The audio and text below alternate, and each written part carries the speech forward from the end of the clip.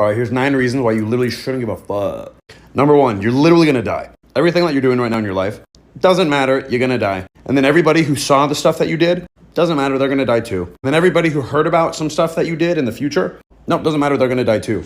Everybody's gonna die. And this should be the most freeing thing ever. Because you realize, wait, why am I worrying about all this bullshit when I can just do fucking cool stuff? And you realize, I shouldn't give a fuck. Number 2, nobody's thinking about you anyway. There's a spotlight effect, right?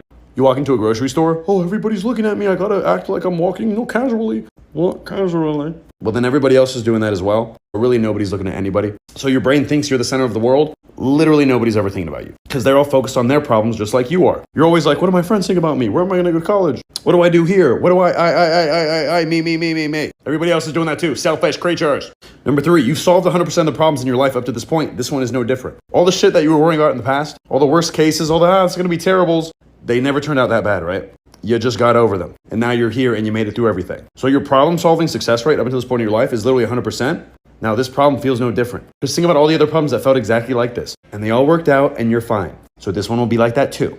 So don't give a fuck, Chris. Number 4, everybody's opinion of you is subjective. Meaning you see yourself a certain way and somebody else is going to see you a different way. So who's correct? The answer is nobody. So if you could choose to believe the way that you see yourself positively, Grant, I don't see myself positively, I have no self-esteem. Grow up. Or you could choose to see yourself how your hater sees you. Literally just choose to see yourself in a positive light. Because literally every opinion that you have about yourself and your self-worth, you made this shit up. So if you can make it up because it's air, then you can either make up the good thing or the bad thing. And if you have the choice to do both, why would you not choose the good thing? The answer is because you love your own pain. Because somebody in your past said something to you, and then you took it to heart, and now you've never reprogrammed this programming. And you've just tried to play the game to live up to that thing without realizing that you can just end the game right now by getting rid of it and letting it go.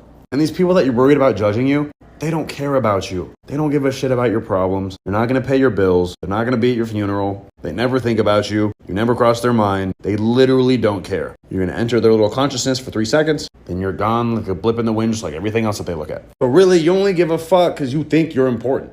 You're not that important. Like, you're just one person out of a billion. You're literally a little speck of nothing floating on a rock in the middle of infinity. There's 8 other billion people that are worried about them being judged. It's just not significant. Ironically, you thinking that you're some grandiose, super important being is actually screwing you over from everything. When you realize, like, wait, I'm actually not that much of a focal point for somebody, then you're free to do whatever.